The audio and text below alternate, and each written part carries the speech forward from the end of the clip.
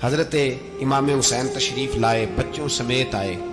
حور بن یزید ایک شخص تھا، حور بن یزید، حور بن یزید نام یاد رکھنا۔ حور بن یزید ایک مختصر سا لشکر لے کے اس نے امام حسین کو ایک جگہ پہ روکا، پھر دوسری جگہ پہ روکا، بالآخر تیسری جگہ پہ روکا تو امام حسین نے فرمایا جگہ کون سی ہے؟ کہا حضور کرب و بلا۔ فرمایا بس یہی خیمے لگا دو، یہی۔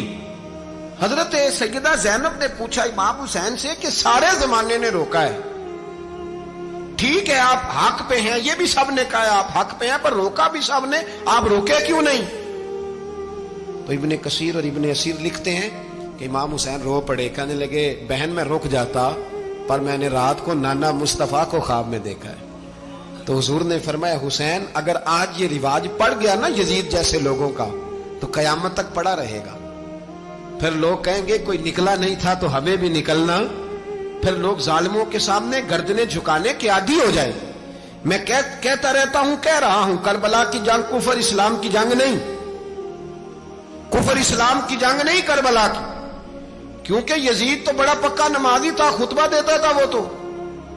جب امام حسین رضی اللہ تعالیٰ عنہ نے کربلا کے میدان میں جمعے کا دن تھا تو یزید کے سامنے کو بات کرنی شروع کی عمر بن سعد کے سامنے، تو عمر بن سعد کہنے لگا حسین زیادہ باتیں نہ کر، ہمارا جمعہ لیٹ ہو رہا ہے، جنگ کے لیے تیار ہو، فٹافٹ آ۔ اہل بیت نبوت کو قتل کریں گے اور قتل کے بعد پھر نماز پڑھیں گے اور پھر کہیں گے اللہم صلی علی محمد وعلی آل محمد، اسی نماز میں پھر درود بھی پڑھیں گے۔ یہ کیسا مرتبہ ہے، کیسا انداز ہے، دوستی قاتل سے بھی مقتول سے یارانہ بھی۔ حور بن یزید امام حسین سے کہنے لگا مجھے حکم ہے آپ کو روکنے کا، آپ آگے نہیں جا سکتے۔ امام صاحب نے فرمایا وجہ؟ زمین اللہ کی ہے۔ اس نے کہا آپ بیعت نہیں کر رہے، یزید کی حالات آپ کے حق میں درست نہیں ہیں، آپ نہیں جائیں گے۔ امام روک گئے۔ ظہر کی نماز کا وقت ہوا تو حضرت علی اکبر امام حسین کے بڑے صاحبزادے انہوں نے اذان ظہر پڑھی تو حور بن یزید کے لشکر نے امام حسین کے پیچھے نماز ادا کی۔ کہا بھئی تم مقابلے میں آئے ہو نماز پیچھے پڑھتے ہو؟ کہا حضور مقابلہ تو تلواروں سے کر رہے ہیں پر ہمارا دل تو مانتا ہے نا کہ مصطفیٰ کا نواسہ بڑی شان والا ہے۔ حور بن یزید نے 3 نمازیں لشکر سمیت امام حسین کے پیچھے پڑھی ہیں، 3 نمازیں، ظہر اثر اور مغرب۔ پھر امام حسین کے سامنے شرائط پیش کی کہ آپ کو یہاں گھیر لیا گیا ہے، یہاں آپ بیعت کریں گے، یہاں آپ جنگ کریں گے، 2 ہی باتیں۔ امام حسین نے فرمایا نہیں بھائی بیعت تو میں نہیں کرتا، اس کے علاوہ تم جو کہتے ہو میں کرنے کو تیار ہوں۔ اس نے خط لکھا، عبید اللہ ابن زیاد کو ایک بندہ دوڑایا پیچھے کوفے، چند میل پہ کوفہ تھا، کہا وہ نہیں مان رہے، کیا کرنا ہے؟ تو حسین ابن علی ہے، میں زیادہ دیر انہیں روک بھی نہیں سکتا۔ انہوں نے پیغام دیا حور بن یزید کو کہ کرنا کچھ بھی نہیں، ان کا پانی بند کر دو، بلیک میل کرو، کھانا پانی نہیں ملے گا، چھوٹے چھوٹے بچے ہیں، خود ہی مان جائیں گے۔ حضرت امام علی مقام کے بارے میں حور کے پاس جب یہ پیغام آیا تو حور کہنے لگا میری طبیعت نہیں مانتی حسین پر پانی بند کروں، دل نہیں مانتا۔ جب یہ لفظ کہے نا دوبارہ تو پھر عبید اللہ ابن زیاد نے عمر بن سعد کو 10,000 آدمی دے کے بھیجا، کہا حور بن یزید لچک دکھا رہا ہے حسین کے حق میں۔ ایک رے کا علاقہ تھا، بڑی وہاں فصل ہوتی تھی، لوگ کوشش کرتے تھے وہاں کا گورنر بننے کی، کوشش کرتے تھے۔ تو عبید اللہ ابن زیاد کہنے لگا تمہیں رے کی گورنری ملے گی، سب سے سرسبز و شاداب علاقہ، تمہیں وہاں کا گورنر بنایا جائے گا اگر حسین کے خلاف لڑو گے۔ یہ اتنی زبردست ہوتی ہیں گورنریاں کہ گورنریوں کے لیے لوگ نسل رسول کے خلاف بھی نکل آتے ہیں، یہ اتنی تگڑی ہوتی ہیں، اتنی جلدی وفاداریاں بدلتی ہیں۔ امام حسین کو روک لیا گیا، عمر بن سعد نے روک لیا۔ 1 محرم کو امام آئے، 7 محرم تا روکا گیا، 7 محرم کو پانی بند کر دیا۔ جانور پانی پیتے تھے، گھوڑے پیتے تھے، کتے پیتے تھے، لیکن مصطفیٰ کے گھرانے کو پانی پینے کی اجازت 3 دن تک پانی بند رہا۔ 9 محرم کو عمر بن سعد نے اور لوگ بلائے۔ شمر ایک بڑا سخت آدمی تھا، سنگ دل بدبخت، جس نے حضرت علی اصغر کے گلے پر تیر مارا تھا، وہ اور لشکر لے کے آیا۔ رات کو کہنے لگا امام حسین رضی اللہ تعالیٰ عنہ سے کہ بس بڑا ہو گیا، یہ 9-10 محرم کی درمیانی رات، یا آپ جنگ کریں گے یا آپ بیعت کریں گے، 2 ہی باتیں۔ امام حسین اندر گئے، سیدہ زینب سے مشورہ کیا، باہر آئے، فرمایا بات وہی ہے جو پہلے دن والی ہے۔ او بھائی بچے ساتھ ہو،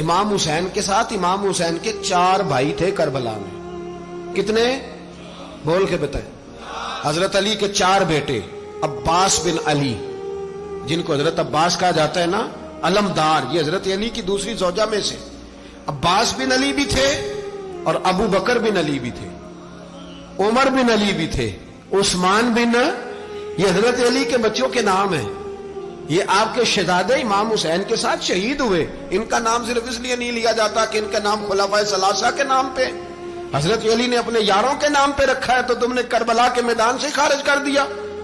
یہ تینوں شہزادے حضرت جناب سیدنا امام حسین کے ساتھ تھے، یہ بھی شہید ہوئے. حضرت جناب زینب امام حسین کی سگی بہن ہے. ان کے 2 بچے تھے، اون و محمد. جب امام حسین میدان میں جانے لگے تو جناب زینب بچوں سے کہنے لگی، نہ پہلے بھائی نہیں جائے گا، پہلے بھانجے جائیں گے. 2 بچے شہید ہوئے. حضرت قاسم بن حسن امام حسن کے بیٹے تھے. وہ جب میدان میں جانے لگے تو امام حسین نے کہا، نہیں بھائی تو نہیں جائے گا، تو میرے بھائی کی نشانی ہے، میں جاؤں گا. تو حضرت قاسم بن حسن نے ایک تعویذ کھول کے دیا کہ ابا جی میرے والد نے کہا تھا جب بڑی مشکل آ جائے تو تعویذ کھول کے دیکھنا. تو آج بڑی مشکل آئی ہے تو میں نے تعویذ کھولا ہے، تو یہ دیکھیں کیا لکھا ہے. یہ تو رکا ہے، تعویذ ہے ہی نہیں. جب کھول کے دیکھا تو اس پہ لکھا تھا، قاسم اگر حسین پہ کوئی کڑا وقت آ جائے تو بیٹے کے آگے آگے رہنا، اگر کڑا وقت میرے بھائی پہ کبھی آ جائے نا، دیکھنا اس کے آگے آگے چلنا، اسے حسن کی کمی نہ محسوس ہو. پائیاں جہاں ساک نہیں کوئی جے وچ خار نہ ہوئے. سیدنا امام حسین پہلی دفعہ کربلا میں اس وقت روئے جب یہ رکا. آپ نے دیکھا تو فرمایا ٹھیک ہے، اگر حسن کی یہ وصیت ہے تو میں نے زندگی میں اگر ان کی ہر بات مانی ہے اب بھی مانوں گا، تمہیں اجازت ہے. جناب قاسم بن حسن 16 سال کا جوان جب میدان میں نکلے تو ہائے ہائے پتہ نہیں کہاں سے آ گئی ہے. امام قاسم بن حسن جب میدان میں نکلے تو تبری سے لے کر علامہ ابو الاسناد صاحب سب کو پڑھ کے تو دیکھو. 3 دن کی پیاس ہے، شدید آزمائش ہے، دکھ ہے، تکلیفیں ہیں، پھر بھی پہلی دفعہ جب میدان میں گئے ہیں واپس آئے ہیں 19 لوگوں کو قتل کر کے واپس آئے. 19 لوگوں کو ایک بار میں حضرت ایسے ہی تماشا بنا دیا. مظلوم تھے وہ تو رو رہے تھے. ہر مقرر یہ کہہ رہا ہے کہ وہ تو بار بار کہ ابا پانی مل جائے، پانی آ جائے، ترس گئے. خدا کا خوف کرو، یہ دلیر لوگ تھے. ان کی باتیں آج بھی پڑھ کے دلیری پیدا ہوتی ہے، دلیری پیدا ہوتی ہے، دلیری. سناؤ قصہ خیبر کو تمامی اپنے بچوں کو. علی کی داستان سن کے دلوں سے ڈر نکلتا ہے. علی کی داستان سن کے دلوں سے یہ جو بچے ڈر رہے ہیں نا، وہ چمگادڑ آ گئی، کاکروچ آ گیا، یہ خوف نکل جائے گا اگر حضرت قاسم بن حسن کی بات سنیں گے. درجنوں لوگ آپ نے قتل کیے. ایک دفعہ آئے کہا چاچا یزید کا لشکر تو بڑا ہی بزدل ہے، اگر چند قطرے پانی میرے حلق سے گزرے تو میں سارے کاٹ کے لے آؤں گا آپ کے پاس، چند قطرے. لیکن تھوڑی دیر گزری، عمر بن سعد کہنے لگا اکیلے اکیلے جاؤ گے تو علی کا پوتا ہے، یہ سب کو مار دے گا، کٹھے جاؤ. چاروں جانب سے تیر برسے.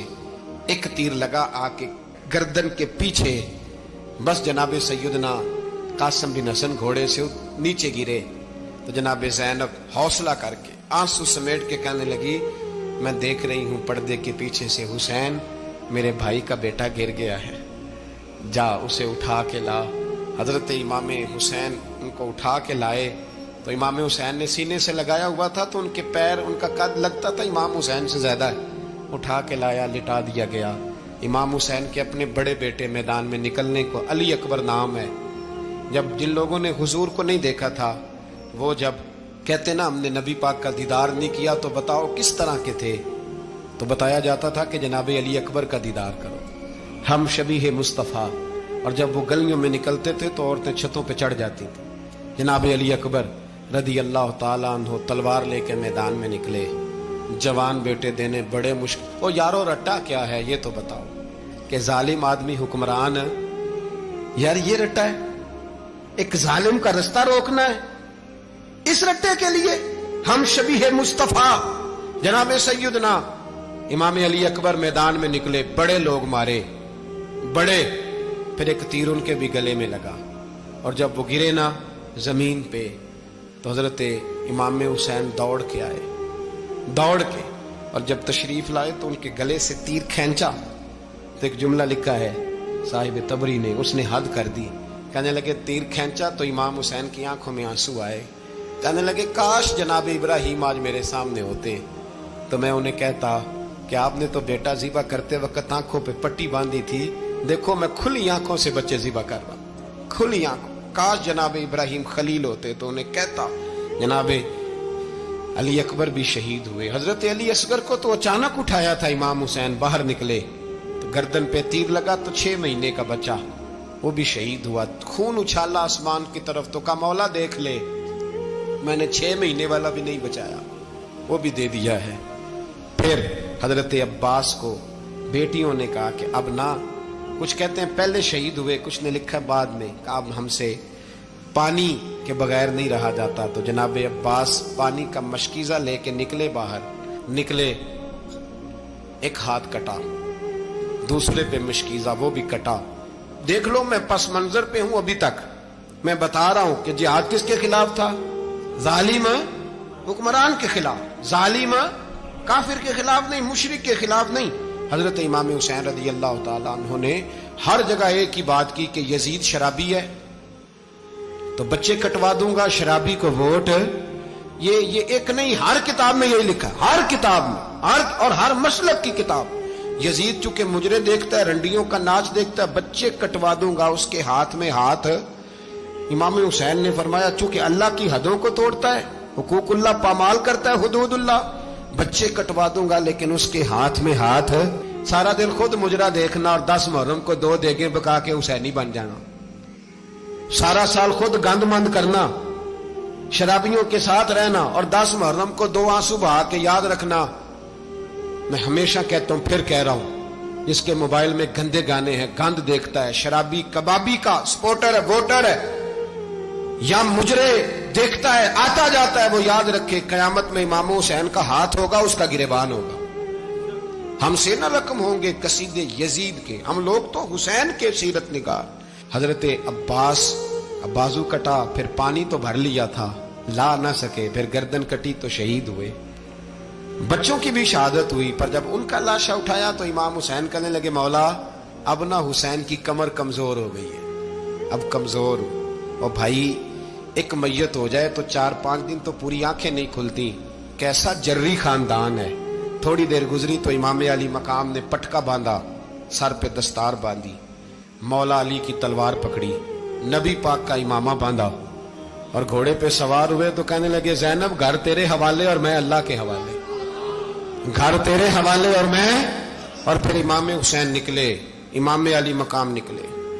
راوی کہتے ہیں کہ یہ جلوہ پہلے بھی بڑے سونے تھے، پر آج جو رنگ دیکھا وہ کبھی نہیں دیکھا۔ کیا انداز تھا، جدھر جاتے نعرہ لگاتے تو حد ہو جاتی۔ اتنے لوگ امام حسین نے کاٹے، اتنے کاٹے، پھر واپس پلٹ کے آئے اور کہنے لگے زینب ذرا پردے کے پیچھے سے دیکھ تو صحیح میری بہن، ان بزدلوں کو جرت ہی نہیں ہو رہی حسین کے مقابلے میں آنے، ایک دوسرے کو دھکا دیتے، تو جا تو جا، پھر اکٹھے وار ہوئے۔ یہ کون ہے کٹا ہوا، لباس ہے پھٹا ہوا، یہ بال یقین حسین ہے، نبی کا نور عین ہے۔ پھر چاروں جانب سے تیر برسے تو امام علی مقام چونکہ نماز کا وقت ہو گیا تھا، اترے گھوڑے سے، خون بہ رہا تھا، گرم ترین ریت سے تیمم کیا، سر سجدے میں رکھا، اور جب شمر آپ کی گردن کاٹنے لگا تو کہنے لگے ٹھہر جا ذرا رب سے ایک بات کر لینے دے، اور پھر بولے امام حسین، کہنے لگے مالک تو اب بتا کہ حسین سے راضی ہے کہ ناراض ہے، تو بتا۔ تو پھر ایک آواز آئی، یا ایتھا النفس مطمئنہ ارجعی الی ربک راضیۃ مرضیہ، فرمایا نفس مطمئنہ واپس آ جا، تو اللہ سے راضی ہے، اللہ تجھ سے راضی۔ امام حسین وہاں شہید ہو گئے۔ اب یہ قافلہ امام حسین کا سر کاٹ، ذرا دیکھنا غور کرنا، سر کاٹ کے نیزے پہ رکھا ہے، جسم کربلا میں پڑا ہے، عورتوں کو گھوڑوں پہ بٹھا کے لے جایا گیا یزید کے دربار میں۔ یزید پہلے عبید اللہ ابن زیاد نے بدتمیزی کی، پھر یزید نے کی۔ سعودی عرب کا ایک مولوی بول رہا تھا، سعودی عرب کا، ان سے بھی بڑا عشق ہے، جس نے تقریر سننی ہو میرے پاس ہے۔ ہمیں لوگ مشورے دیتے ہیں کہ جو یزید کو اچھا کہے اور حسین کو باغی کہے اس کو ہم امام مان لیں، اس بے شرم بے حیا کو جو نبی پاک کے گھرانے کے بارے میں بکے، اسے امام سعودی عرب میں مسجد نبی میں درس دینے والا جس نے تقریر سننی ہو میرے پاس ہے، وہ کہتا ہے یزید تو بڑا اچھا آدمی تھا، اس نے تو بڑی خدمت کی، تو میں نے اسے کہا رشتہ داری کر لیا یزید کے ساتھ، قریب ہو جا۔ شرم نہیں آتی؟ آج بھی نبی پاک کا دل دکھاتے ہو، حیا نہیں آتی، خیال نہیں آتا؟ اور لوگ گھر میں بیٹھ کے باتیں کرتے ہیں، کہتے ہیں جی جو بیت اللہ میں ہو وہ بھی برا ہو سکتا ہے۔ بیت اللہ میں تو 360 بت بھی تھے، وہ اچھے تھے۔ مدینے میں تو 360 منافق بھی رہے، پوری سورہ منافقون نازل ہوئی، وہ اچھے تھے۔ عجیب تماشا بنا دیا لوگوں نے مذہب کا۔ کہتا ہے یزید نے تو بڑی خدمت، تو عبید اللہ ابن زیاد نے قتل کیا۔ بے شرمو، اگر عبید اللہ ابن زیاد نے بھی قتل کیا تھا تو حکومت کس کی تھی؟ تو پھر یزید نے عبید اللہ ابن زیاد کو سزا کیوں نہیں دی؟ بلکہ ایک جگہ 2 گورنریاں دی اس کو، یہ حال کیا۔ بلکہ سنو کہ یزید چھڑیاں مار رہا تھا، چھڑیاں۔ امام حسین کے لبوں پہ تو نعمان بن بشیر صحابی تھے، بول پڑے، کہنے لگے یزید بدبخت، ہاتھ پیچھے اٹھا، مجھے اللہ کی عزت کی قسم میں نے سینکڑوں بار نبی پاک کو ان ہونٹوں کو چومتے دیکھا ہے۔ حضرت جناب زینب عورتوں کے مجمع میں پیچھے ہو کے بیٹھی ہیں، یزید کے پاس جب پہنچا لشکر تو یزید کہنے لگا دیکھو اللہ نے مجھے عزت دی اور میرے مخالفوں کا کیا حال ہوا۔ تو بی بی زینب بول پڑی، اتنے صدمے سہے پر آواز توانا ہے، جاندار ہے، جاندار۔ ہمارا کسی بندے سے جائیداد کا رٹا نہیں، ہم تو چاہتے ہیں امت اکٹھی ہو جائے، لیکن جو بندہ نبی پاک کی ماں کو دوزخی کہے، حضور کے باپ کو جہنمی کہے، یزید کو امیر المومنین کہے، اس کے ساتھ اتفاق رائے کر لیا جائے، یہ مذہب ہماری سمجھ میں نہیں آتا، بالکل نہیں آتا، قطعاً نہیں ہماری سمجھ میں آتا۔ کیسے اتحاد کر لیا جائے؟ یہاں تو میرے بھائی جو ہمارے ابا کا مخالف ہو اس سے اتحاد نہیں ہوتا، اور جو نبی پاک کے والد کو دوزخی کہے اس سے اتحاد ہو جائے۔ کہتے ہیں جی وہ جی اتنی فرقہ واریت ہو گئی، ہم کس مسجد میں جائیں؟ 60 پارٹیاں پاکستان میں رجسٹرڈ ہیں جو الیکشن لڑتی ہیں، کبھی کسی بندے کو ٹینشن نہیں ہوئی کہ کس کے پاس جائیں کس کے پاس نہ جائیں، کبھی نہیں کوئی بولا کہ اب وہ بھی کھڑا ہو گیا، وہ بھی، کوئی ٹینشن نہیں۔ مذہب کی باری ٹینشن ہو جاتی ہے، اتنا بڑا مذہب ہوتا ہے بھائی، غلط بندے بھی آ جاتے ہیں بیچ میں، تھوڑا پہچان کے چلنا پڑتا ہے صحیح کون ہے اور غلط۔ اور یہی تو ہمیں امام حسین نے بتایا ہے کہ مذہب کے اندر ہی تم نے شناخت کرنی ہے کہ بندہ ٹھیک کون ہے اور بندہ غلط۔ یہی تو کربلا ہے، یہی تو امام حسین نے بتایا، کفر اسلام نہیں، حق اور باطل۔ تو سمجھیے گا حضرت سیدہ زینب نے جب سنا نا کہ یہ کہہ رہا ہے کہ مجھے اللہ نے عزت دی، تو جناب زینب بولی، نعمان بن بشیر کہتے ہیں بی بی بولی، اتنے صدمے ہیں پر جناب زینب بولی اللہ اکبر، اس انداز میں بولی کہ پہلے قرآن مجید کی آیت پڑھی، کہنے لگی وَتُعِزُّ مَن تَشَاءُ وَتُذِلُّ مَن تَشَاءُ بِيَدِكَ الْخَيْرُ إِنَّكَ عَلَىٰ كُلِّ شَيْءٍ قَدِيرٌ۔ اور پھر کہنے لگی یزید تو بکتا ہے، کہتا ہے کہ تو عزت والا ہو گیا، یہ تیری حکومت ہے، 4 دن گزرنے دے، تجھ پہ کوئی لعنت بھی نہیں برسائے گا، اور میرے بھائی کا قیامت تک ممبروں میں اور خطبوں میں ذکر ہوا کرے گا، وقت گزرنے دے۔ جب جناب بی بی زینب بول رہی تھی تو حضور کے ایک نابینا صحابی پاس بیٹھے تھے، جناب نعمان بن بشیر کا ہاتھ ہلایا، ہلا کے کہنے لگے کیا علی آ گئے؟ تو علی کی آواز لگتی ہے، جبریل امی بول رہے ہوں جیسے، حکمت کے گوہر رول رہے ہوں جیسے، دربار دمشق میں بی بی زینب کا خطاب، منبر پہ علی بول رہے ہوں جیسے۔ میرے بھائی بس کربلا والا قافلہ تو مدینے پہنچ گیا، 3 سال یزید نے حکومت کی، شرابیں عام ہو گئی، مکے پہ حملہ ہوا، خانہ کعبہ کا غلاف جلا، مدینے پہ اس نے حملہ کیا، 3 دن مسجد نبوی میں اس نے گھوڑے باندھے، مسجد نبوی میں صحابہ کو نکال کے اپنا اس نے امام مقرر کیا، لیکن پھر امت نے اسے قبول نہ کیا، پھر وہ رسوا ہوا اور آج تک وہ رسوا ہے۔ لیکن امام حسین کا نام کل بھی زندہ تھا اور آج بھی۔ درس یہ ہے، پیغام یہ ہے، پیغام یہ ہے، یاد رکھو موت تیزی سے آ رہی ہے، ہمارے ساتھ والے دائیں بائیں والے سب چلے گئے، اسی طرح نمبر لگے گا، ایک دن اعلان ہوگا۔ ضمیر کے قیدی بن کے زندگی نہ گزارو، بالکل نہ گزارو، یہ تھوڑی سی زندگی ہے، دنیا سجن المومن۔ حق بات کرو، حق پہ ڈٹنا سیکھو، دین سمجھو، خبردار رسول پاک صلی اللہ علیہ وسلم کے دین میں ظالم، جابر، فاسق، فاجر کی کوئی گنجائش قطع نہیں ہے۔ اپنے آپ کو سمیٹو، اپنے آپ کو سنبھالو، دین میں اپنا کردار ادا کرنے کی کوشش کرو۔ دین طلب کرتا ہے ہم سے کہ ہم نے دین کو کیا دیا ہے. امام حسین نے سارا گھرانہ دین کے لیے دے دیا. ہمارا جو بچہ کسی کام کا نہیں رہتا اسے مدرسے داخل کراتے ہیں. ہم نے دین اتنا کمزور کر دیا ہے کہ عالم اگر شور نہ کریں، عالم اگر شور نہ کرے، زور نہ کرے، گھٹن والا ماحول ہو گیا. مذہب کی پوزیشن کمزور کر دی. اب جہاں تک اس بات کا تعلق ہے جی فرقے ہو گئے، تو میرے بھائی یہ کوئی اتنی خطرناک بات ہے، یہ کوئی اتنا مشکل معاملہ نہیں ہے. یہ تو امام حسین نے بتا دیا تھا کہ یزید کے طور پر ایک غلط فرقہ کھڑا ہو گیا ہے، لہذا اس کا مقابلہ کرنا ہے. اس میں کوئی بری بات ہے؟ لیکن ایک سبق ہے بزرگوں کا کہ اگر سچی بات بھی نہیں کرنی تو پھر اس منبر کا حق ادا نہیں ہوتا. جو سچ بولے وہ حسینی ہے، جو ظالم کے سامنے کھڑا ہو جائے وہ حسینی ہے. جو مصلحت کوش ہو، جو کہے ٹائم نہیں، گراؤنڈ ریالٹی نہیں، حالات نہیں، طبیعت نہیں، موقع نہیں، تو ابھی امام حسین کے پیغام کو نہیں سمجھا.